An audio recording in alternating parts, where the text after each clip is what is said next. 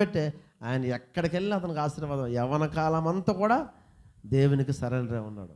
యవ్వన కాలం అంతా, ఇప్పుడు వాక్యం ఏ వాక్యం అది, మన సామెతలు చదువు 5వ అధ్యాయం 18 వచనం. యవ్వన కాలమందు నీ యవ్వన కాలమందు భార్య యందు సంతోషింపము. ఆమె అతి ప్రియమైన లేడీ. ఏమంటే అతనికి వ్యభిచారం చేసే అవకాశం వచ్చిన వ్యభిచారం చేయలేదు యోసేపు. అంటే వ్యభిచారం చేసే అవకాశం వచ్చిన నేడు యవనస్తులు కావాలని సిద్ధపరచుకొని వ్యభిచారం చేసే యవనస్తున్నారు సమయం కేటాయించి. అలాంటి వారికి ఆశీర్వాదం ఉందా చెప్పండి?